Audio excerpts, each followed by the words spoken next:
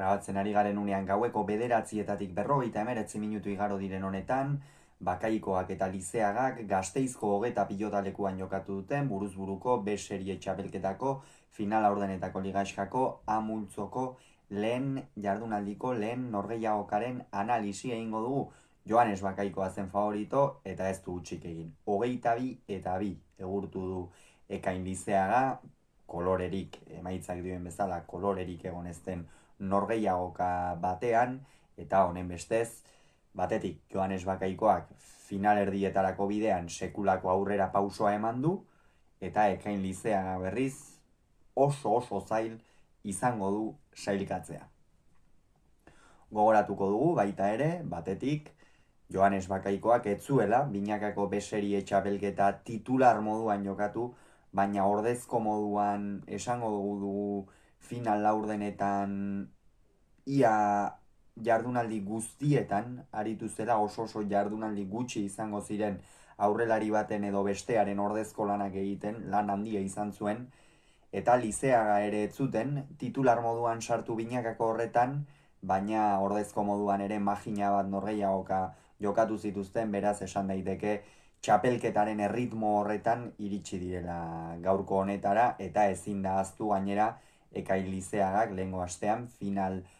8 norgehiagoka jokatu behar izan zuela Odei Espositoren aurka, eta 22 eta 21 irabazi ziola Astigartarren arteko derbi horretan. Partida hasieratik Joanes Bakaikoak ofizio handia erakutsi du. Esan dugu Ekain Lizeagari behar bada kosta egingo zitzaiola norgehiagoka gogortzen bazen, ez? Eta, gogortu ez da egin, bere kalterako, baina, Joanes Bakaikoa lehenengo momentutik oso ongi sakatzen, Ekain Lizeagari ahoko zuloan bat ere pilotarik ez uzten, aurreko partida Morga Etxebarriaren aurka ikusi genuen, hor bat bian uzten badimazaio eskuinarekin sekulako mina egin dezakela, pilotari luzea eta indarsua baita, baina horrez gain aurreko kuadroetan ere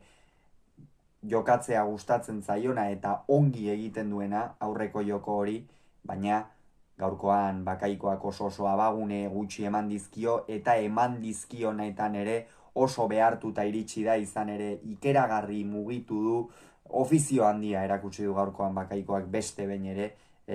badaramatza magina bat urte profesionaletan eta buruz-buru urtero bere zertzeladak uzten ditu, beti beseria, baina beti goian dagoen pilotaria da, eta gaurkoan hori erakutsi du Etxarri Aranazko aurrelariak. 12-1 aurreratu dira, bigarren zatian ere ez da erreakziorik izan, Joanesei jarraitu du tantoak amaitzen, sakearekin asmatzen, bigarren pilotaka da horretan,